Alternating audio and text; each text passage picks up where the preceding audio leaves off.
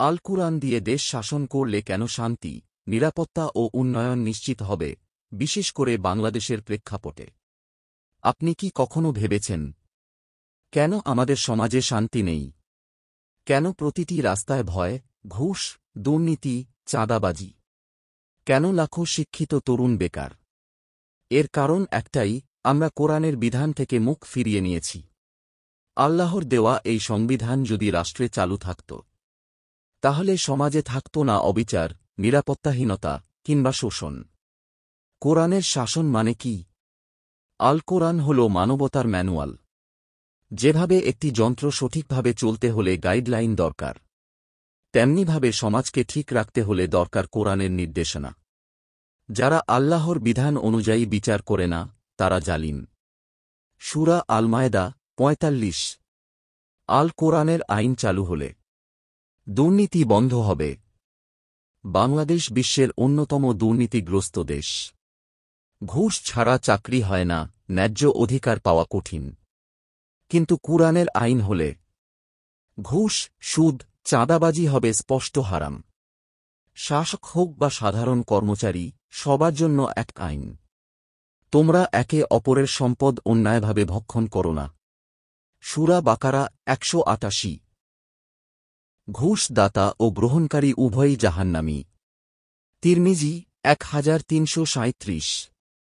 বিচার ব্যবস্থায় ন্যায় ফিরবে। আজ বিচার পেতে বছরের পর বছর লেগে যায়। বিচারের পক্ষপাত, রাজনৈতিক হস্তক্ষেপ সবই চোখে পড়ে।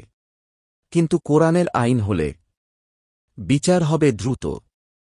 গরিব ধনী, শাসক সাধারণ, সবাই সমান।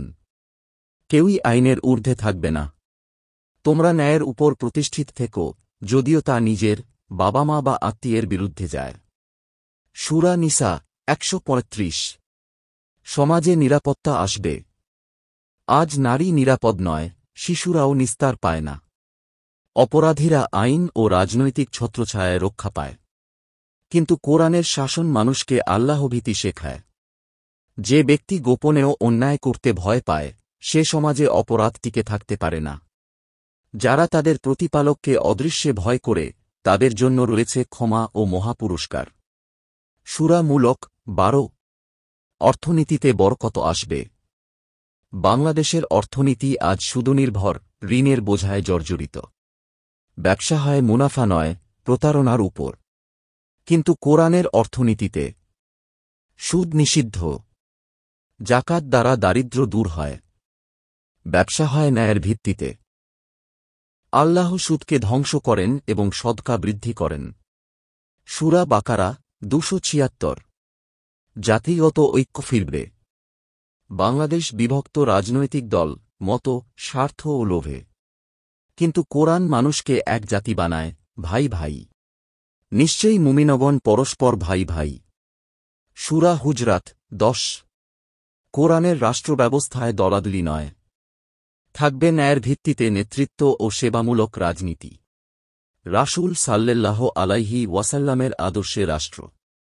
রাসূল সাল্লাল্লাহু আলাইহি ওয়াসাল্লাম যখন মদিনায় কোরআনের আইন চালু করলেন, তখনই দেখা গেল যুদ্ধ বন্ধ, নারী শিশু নিরাপদ, দরিদ্রের দায়িত্ব রাষ্ট্র নেয়, বিচার হয় দ্রুত ও ন্যায়ের ভিত্তিতে। নিশ্চয়ই তোমাদের জন্য রাসূলের মধ্যে উত্তম আদর্শ রয়েছে। সূরা আহজাব ২১।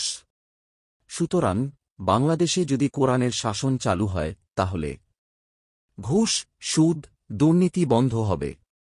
বিচার ব্যবস্থা হবে নিরপেক্ষ। নারী ও শিশু হবে নিরাপদ। অর্থনীতিতে আসবে বরকত। গরিবের অধিকার নিশ্চিত হবে। সমাজে ফিরে আসবে ঐক্য ও শান্তি। যদি জনপদের মানুষ ঈমান আনত এবং তাকওয়া অবলম্বন করত, তবে আমি আকাশ ও পৃথিবী থেকে বরকত বর্ষণ করতাম। সূরা আরাফ ৯৬।